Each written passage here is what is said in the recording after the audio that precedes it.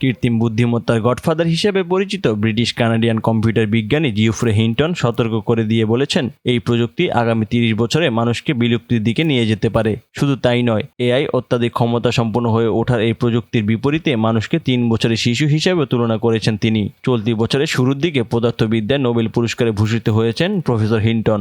গত 8 October royal Swedish academy of science জানায়, কৃত্রিম নিউরাল নেটওয়ার্ক সহ মেশিন লার্নিংয়ে মৌলিক আবিষ্কারের জন্য জিওফ্রে হিন্টন ও জন হপফিল্ডকে এই বছর পদার্থবিদ্যায় নোবেল পুরস্কার দেওয়া হয়েছে।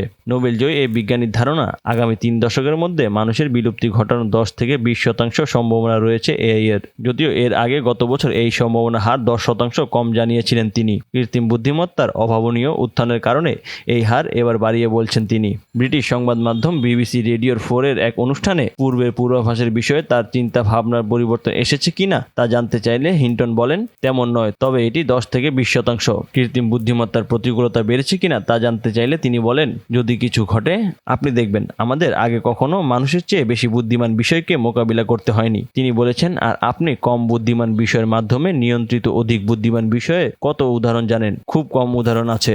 একজন মা আর একজন শিশু।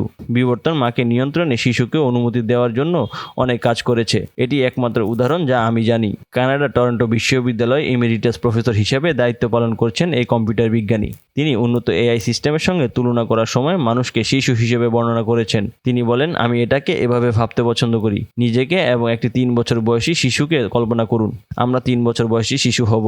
এর আগে 2023 সালে সার্চ ইঞ্জিন জায়ান্ট গুগলের অনিয়ন্ত্রিত উপায়ে কৃত্রিম বুদ্ধিমত্তা গড়ে তোলার ঝুঁকি সম্পর্কে উদ্বেগ প্রকাশ করেন হিন্টন। এআই এর ঝুঁকি সম্পর্কে গুগলের এমন কর্মকাণ্ড নিয়ে প্রকাশ্যে কথা বলার ঘটনায় প্রতিষ্ঠান থেকে পদত্যাগ করতে হয় তাকে। সেই সময় তিনি সতর্ক করে দিয়ে বলেছিলেন, অসৎ উদ্দেশ্য যাদের আছে তারা ক্ষয়ক্ষতির জন্য এআই এর ব্যবহার করতে পারেন। তিনি বলেছেন, গোটা দুনিয়ার উচিত এআই নিয়ন্ত্রণের জন্য এখনই ব্যবস্থা নেওয়ার। তা না হলে আগামী 30 বছরে মেশিন লার্নিং মানবজাতিকে ধ্বংসের কাজ করবে, যেমনটা সায়েন্স ফিকশন মুভিতে দেখা যায়।